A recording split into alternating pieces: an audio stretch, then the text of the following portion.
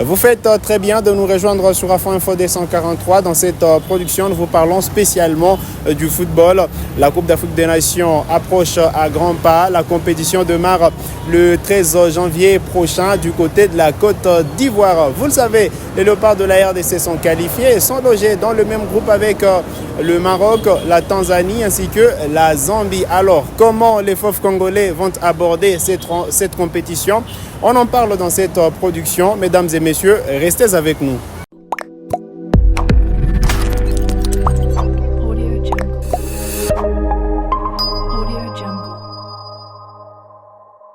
Elle est très contente de vous retrouver sur Afro Info D143. Sur ces plateaux occasionnels, nous recevons Posi Akabika. Bonjour et bonne arrivée. Bonjour David Bitwaiki, bonjour chers téléspectateurs de Afro Info D143.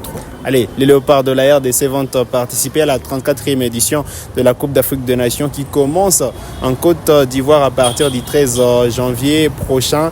Déjà, comment vous entrevoyez cette équipe de la RDC? C'est du mieux à mieux par rapport à où on était il y a de cela 3 ou 4 ans.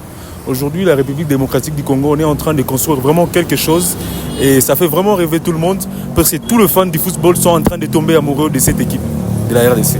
Allez, les Léopards de la RDC qui, on le rappelle, reviennent quand même d'une défaite 0-1 devant le Soudan. Est-ce que cette défaite vient entancher tous les efforts qui ont été fournis depuis le début de l'année? Je ne pense pas, non. C'est quand même un match qui a donné aussi référence parce qu'on était en train de construire quelque chose, mais on n'était pas encore au point. Alors ça a relevé aussi les défis et les choses qui restent à résoudre dans cette équipe de la République démocratique du Congo. Grâce à nous, on a accumulé une défaite qui va faire à ce qu'on puisse encore redoubler d'efforts pour arriver à quelque chose de mieux. Allez, on va parler quand même de certains joueurs. D'ici là, le staff technique devra publier la liste des joueurs sélectionnés en vue de la participation des Fauves congolais à la phase finale de la CAN. On parle d'une liste élargie des 27 joueurs. Déjà, c'est quand même une bonne nouvelle. Avoir au moins 27 joueurs dans une compétition comme la CAN, une compétition aussi relevée.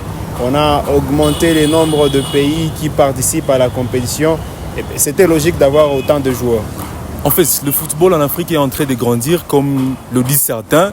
C'est déjà un football où on n'a pas de petites équipes. C'est que quand on élargit comme ça une liste, ça montre vraiment qu'en Afrique, il y a vraiment un football qui est en train de grandir, qui est en train de construire vraiment quelque chose.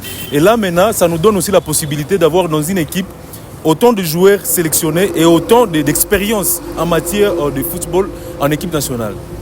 Allez, on parle aujourd'hui de cette problématique. Certains crient au scandale quand on parle de nouveaux joueurs dans la sélection nationale de la RDC et d'autres qui se remémorent les moments passés avec certains joueurs. Vous êtes favorable que les Léopards puissent aller chercher des nouveaux joueurs ou vous êtes plutôt favorable au retour de certaines gloires de cette sélection nationale à la phase finale de la CAN? En fait, qu'il y ait des viviers dans l'équipe nationale, c'est bon. C'est très bien même parce que ça permet à l'équipe d'avoir une réserve assez conséquente au cas de blessure, par exemple, ou au cas de non-présents. Donc, quelqu'un qu'on appelle Meidi qui n'est pas disponible. Mais après, maintenant, pour une compétition comme la Coupe d'Afrique, amener des viviers, ce n'est pas vraiment beaucoup trop important. Mais ce qui est important, moi, je pense, c'est amener à ce que cette équipe-là qu'on a maintenant, qu'on construise une famille avec cette équipe, qu'on construise une cohésion. Si on peut amener des viviers, tant mieux, on n'en disconvient pas. Mais après, maintenant, il faut faire à ce que ceux qui viennent adhèrent à l'idée, au sens de la famille que nous avons déjà en République démocratique du Congo. Allez, on a senti quand même certains joueurs qui se sont intégrés dans cette sélection nationale de la RDC. Ils sont venus lors de la campagne des éliminatoires et d'autres qui ont démarré lors de la campagne des éliminatoires de la Coupe du Monde. Et donc, est-ce que le groupe de Léopards, on peut dire que ce groupe aujourd'hui vit bien? Bon, dire que le groupe vit bien, ça on ne le saura jamais. Mais moi je pense le nouveau sélectionneur, il est en train quand même de construire quelque chose. Parce qu'au vu des performances que nous procure aujourd'hui la République démocratique du Congo, moi je pense qu'on ne peut pas faire des performances pareilles si on n'a pas vraiment un groupe uni, si on n'a pas vraiment des cadres qui sont en train de donner leur expérience au vivier en équipe nationale. Et de mon point de vue, je pense que c'est un groupe quand même qui connaît ce qu'il veut et il vit quand même bien. Allez, les Léopards qui ont enchaîné quand même 4 victoires lors des éliminatoires de la CAN avec certains joueurs qui étaient novices. Est-ce qu'en avoir d'autres à la CAN, ça pourra justement faire à ce que les léopards puissent mieux se produire à la phase finale, ou du moins ça peut compromettre du moins les chances de participation des léopards, parce que voilà, la CAN quand même, c'est une compétition qui nécessite une certaine expérience, et y aller avec autant de nouveaux, est-ce que cela ne peut pas justement mettre en difficulté cette sélection? Moi je ne pense pas, comme je l'ai dit, amener des viviers c'est très bien parce que ça permet d'avoir du sang-froid, du sang-froid dans l'équipe. Ça permet aussi d'avoir une réserve conséquente au cas de blessures. Mais après, maintenant, il faut amener à ce que ce nouveau venu adhère à l'idéologie qu'il y a déjà dans l'équipe nationale, qu'ils adhèrent à cet esprit-là des familles. Parce que si on prend l'exemple du Maroc, par exemple, ou de la dernière détentrice de la Coupe du Monde de l'Argentine, vous comprenez avec moi, David Bitoïki, qu'ils ont essayé, ils ont quand même réussi à combiner et les anciens et les nouveaux. Ils ont mis ensemble ces deux générations en fait, et ils leur ont inculqué une idéologie selon laquelle ils doivent évoluer ensemble. Ils sont venus bien sûr dans l'équipe nationale, ce n'est pas pour faire de performances individuelles, mais c'est pour gagner pour la nation en fait. Ce n'est pas que tu viennes dans l'équipe nationale pour gagner pour toi-même. Tu viens dans l'équipe nationale pour faire honneur au pays en fait. C'est ce que moi je pense que si on arrivait à amener les viviers là, qu'on leur mette à l'idée que déjà, quand vous arrivez, vous venez pour la nation. Vous ne venez pas pour l'argent, vous ne venez pas pour les performances individuelles ou pour la visibilité individuelle, mais vous venez pour honorer le pays. C'est ce que je pense Honorer le pays, il y a eu certains joueurs qui par le passé ont quand même sorti les grands jeux et ont permis aux léopards de gagner en maturité. Je vais me référer à la 3e place raflée en 2015. Est-ce qu'avoir les Bolassier, le Tisserand, le Kebano aujourd'hui dans la sélection, c'est de bon augure? Bon, moi je pense que dans les 10 dernières années, c'est la seule performance louable qu'on peut dire de la RDC, la 3e place à la CAN 2015.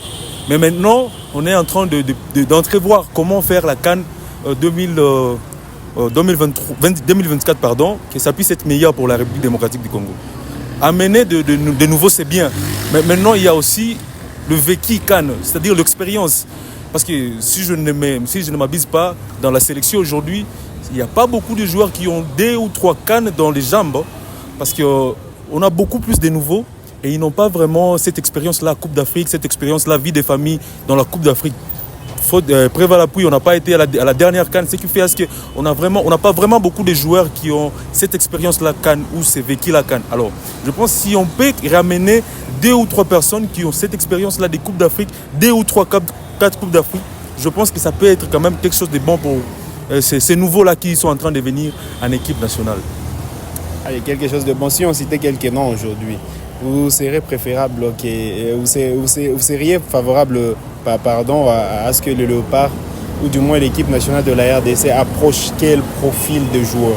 Voilà, là, comme je l'ai dit souvent, au-delà des performances que vous pouvez avoir en club ou dans vos championnats, je pense une compétition comme la Coupe d'Afrique, ça nécessite des joueurs, au-delà de ces performances-là, qu'est-ce qu'ils peuvent apporter à l'équipe nationale aujourd'hui sur le plan mental, sur le plan idéologie ou sur le plan héritage? Qu'est-ce qu'ils peuvent léguer à ces nouveaux-là?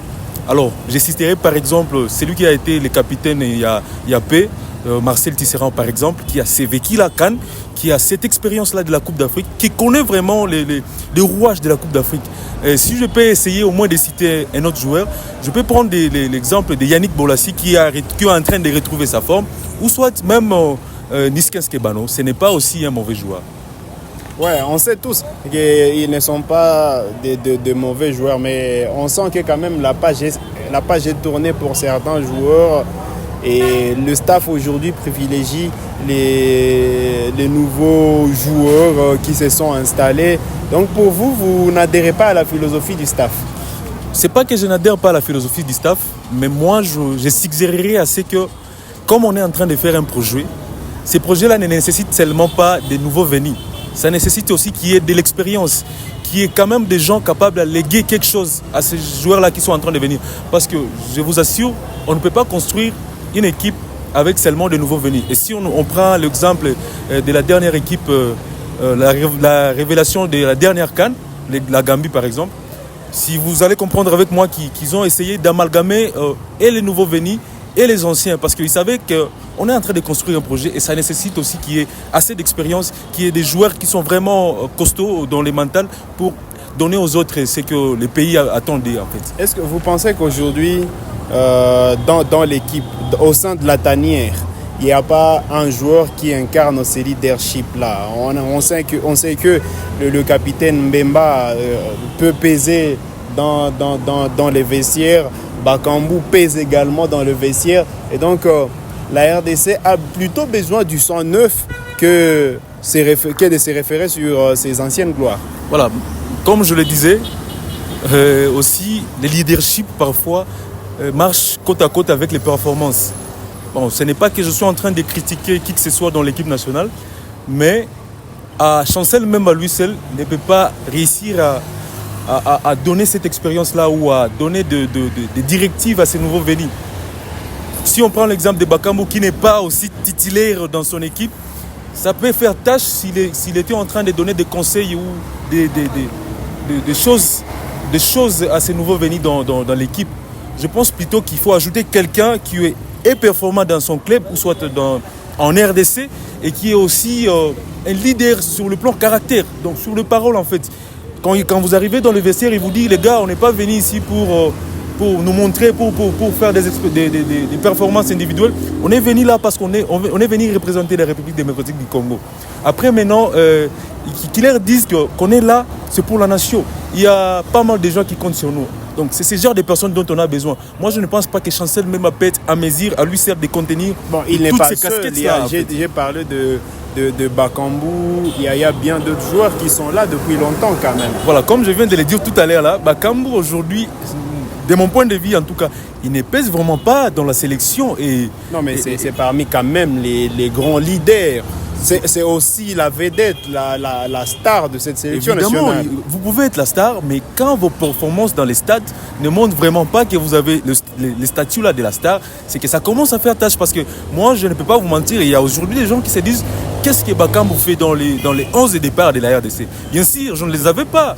Bakambu aujourd'hui n'est pas titulaire dans son club.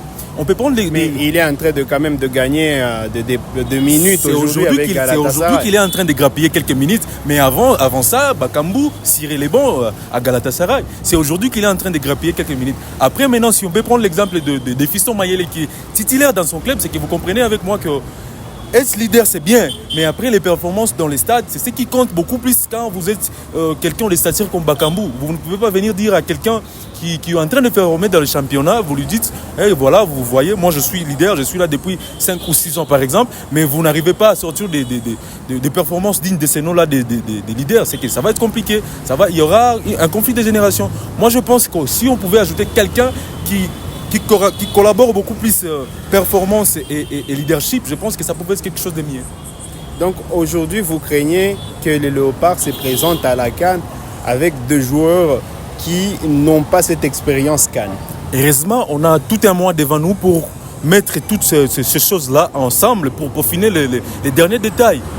Aujourd'hui, la RDC, nous avons la chance parce qu'il y a des joueurs qui sont en train d'adhérer à l'idéologie de rejoindre l'équipe nationale. Après, maintenant, c'est au coach et à son staff de voir comment mettre ensemble les joueurs expérimentés et les nouveaux venus à ce qu'ils collaborent en fait, à ce qu'il n'y ait pas de conflit de génération, qu'ils les amènent à une même idéologie, qu'ils les amènent à une idée où on peut s'y retrouver dans la position de gagner par exemple une CAN. Pourquoi pas nous? Donc moi je pense que c'est au coach maintenant et c'est à son staff de prendre et de mettre ensemble certains détails, ou soit les derniers détails, parce qu'on n'a plus beaucoup de temps, de mettre ces détails ensemble pour voir si on peut arriver quand même à faire beaucoup plus que ce qu'on avait fait à la dernière CAN 2015. Allez, on parle Léopard sur ce plateau de Afro Info 243. Vous le savez, la République démocratique du Congo est qualifiée à la phase finale de la Coupe d'Afrique des Nations qui démarre en Côte d'Ivoire le 13 janvier et ira jusqu'au 8 février prochain. Et les Léopards se retrouvent dans le même groupe avec les Chipolopolo Boys de la Zambie, les Lions de l'Atlas du Maroc ainsi que les Taifa Stars de la Tanzanie. C'est un plaisir de vous avoir sur ce plateau occasionnel des Afro Info 243. Le plaisir est partagé, David Bitouaïki. Je suis toujours là en cas de besoin. En tout cas, je suis très reconnaissant pour l'invitation de l'émission Afro Info 243.